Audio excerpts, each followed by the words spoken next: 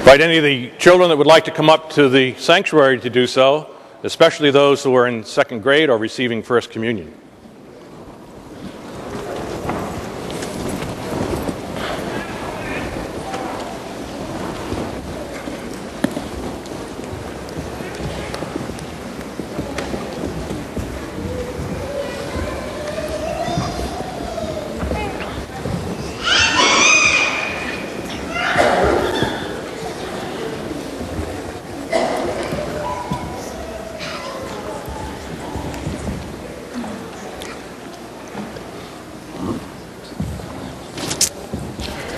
Now, this is a dangerous question for me to ask.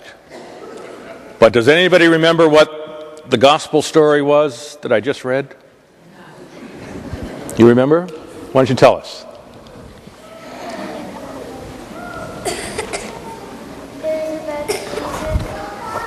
It was about Jesus and the disciples told the people not to bring their children to Jesus. Yes, and what did Jesus say? That's right. And don't you sing a song like that sometimes? Let the children come? Never. Not really. Never? Not really. You haven't been in the choir long enough. No, I've been in the... Maybe they could... No, I guess they couldn't sing it today. I should have thought of that one before. But you guys are the star of the story for Jesus. Jesus might have been sitting just like this. And people were bringing little children to him. And the disciples said, "Get away! Get away! Take these kids away." And Jesus says, "Oh no, let the children come. Because unless you become like little children, the kingdom of heaven isn't yours." What could a child be that was so good that Jesus wanted them to come? Can anybody think of something good that you are as a child? What? You forgot? Nothing good about you guys?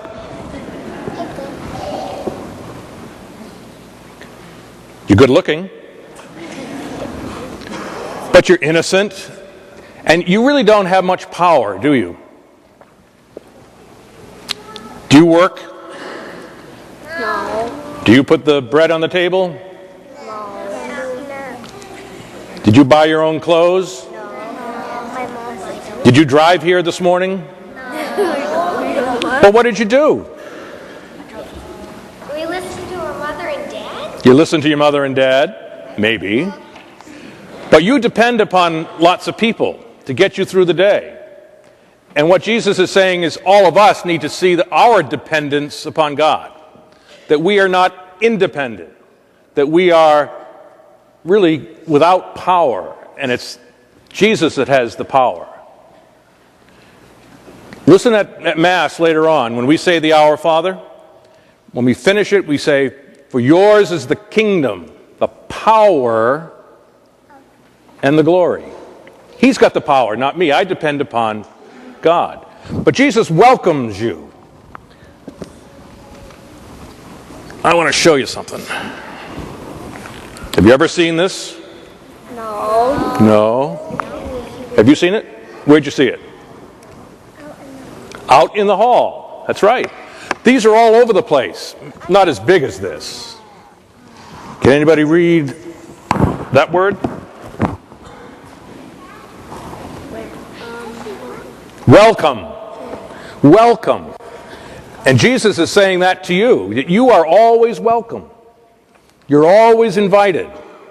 So while this has a different meaning that I'll talk about, anytime you see this, think about how Jesus loves you and Jesus welcomes you.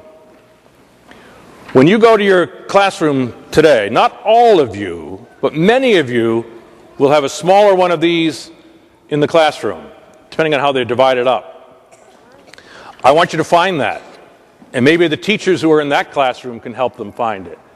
And if you don't have one in your classroom, there's one in the hallway, about halfway down. And then on your way to the hall itself, there's one in the hallway.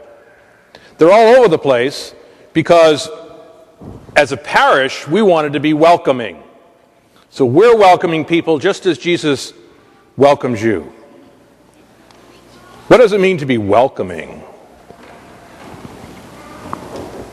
Anybody know?